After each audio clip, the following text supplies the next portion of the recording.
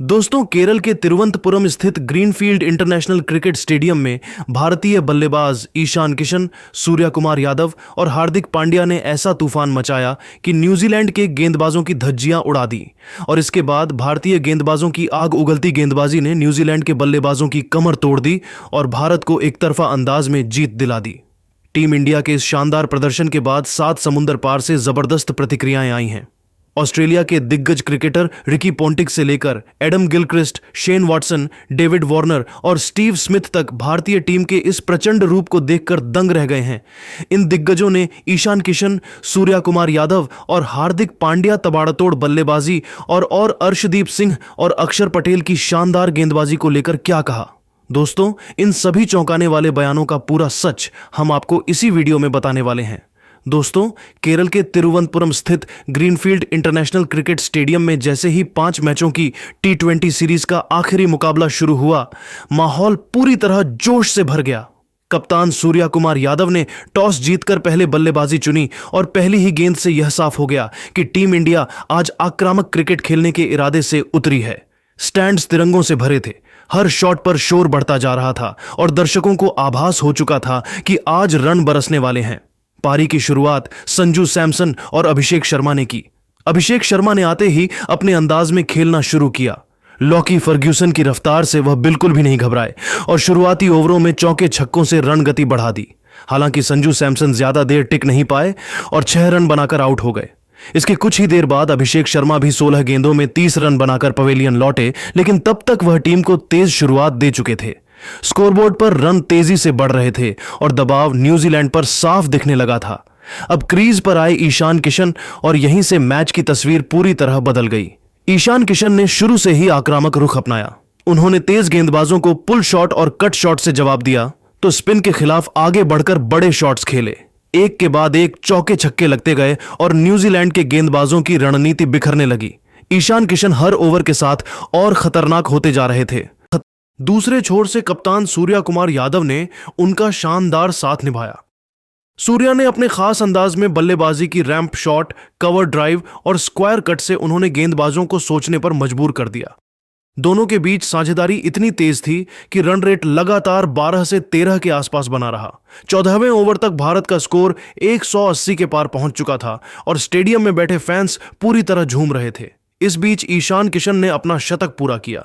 सिर्फ 43 गेंदों में 103 रन। यह पारी ताकत, आत्मविश्वास और बेखौफ सोच का बेहतरीन नमूना थी। ईशान के शतक के साथ ही मैच लगभग भारत के पक्ष में झुक चुका था। हालांकि 17वें ओवर में वह आउट हो गए, लेकिन तब तक न्यूजीलैंड की उम्मीदें लगभग खत्म हो चुकी थीं।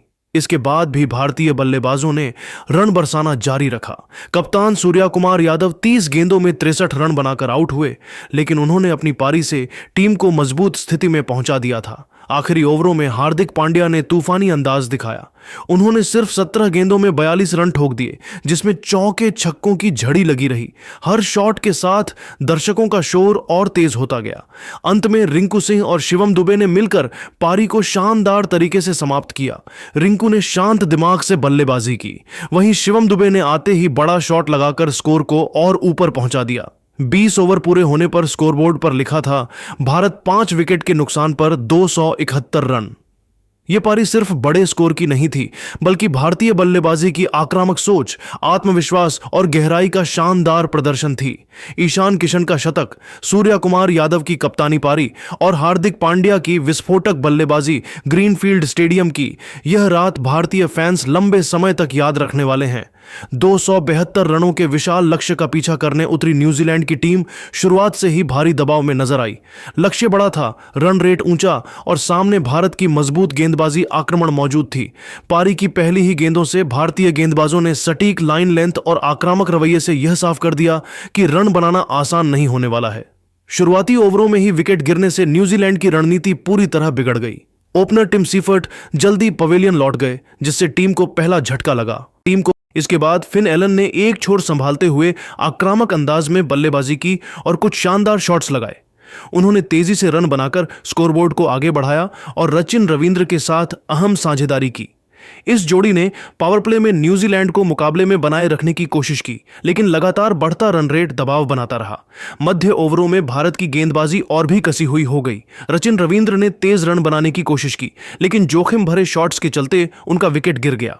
इसके बाद ग्लेन फिलिप्स और डेरिल मिचेल ने तेजी से रन जोड़ने का प्रयास किया, मगर भारतीय गेंदबाजों ने सही समय पर विकेट निकालकर कीवी बल्लेबाजों को खुलकर खेलने का मौका नहीं दिया।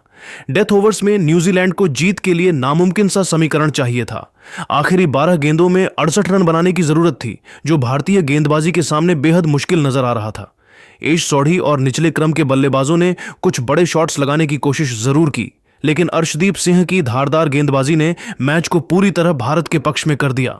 अर्शदीप ने अहम मौकों पर विकेट निकालकर न्यूजीलैंड की आखिरी उम्मीदें भी खत्म कर दी। न्यूजीलैंड की पूरी टीम 19 ओवरों में 225 रनों पर सिमट गई।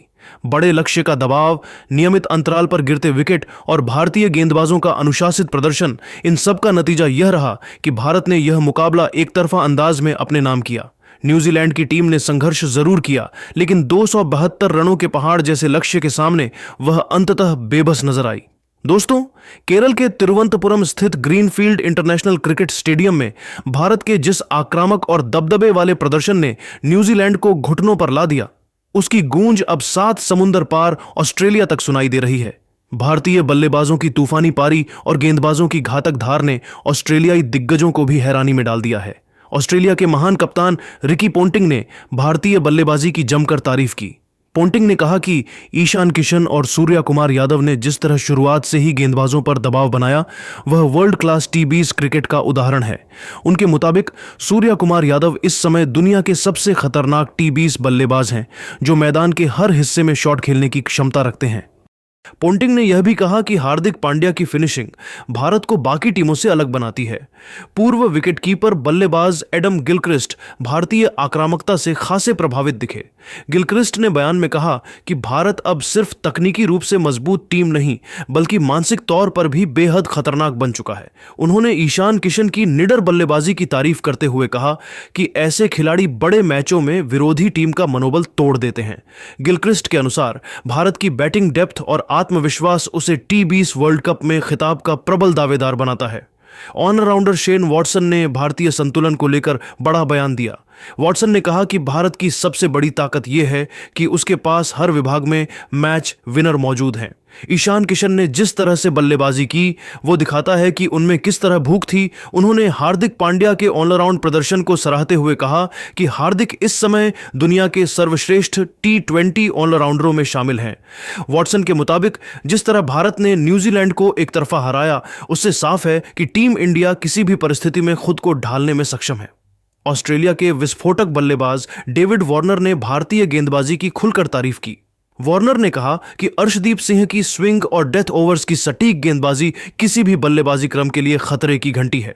उन्होंने अक्षर पटेल की कसी हुई गेंदबाजी को भी सराहा और कहा कि ऐसे स्पिनर टी20 में रन गति पर लगाम लगाकर मैच का रुख बदल देते हैं। वार्नर के मुताबिक भारत की गेंदबाजी अब उतनी ही खतरनाक हो चुकी है जितनी उसकी बल्लेबाजी।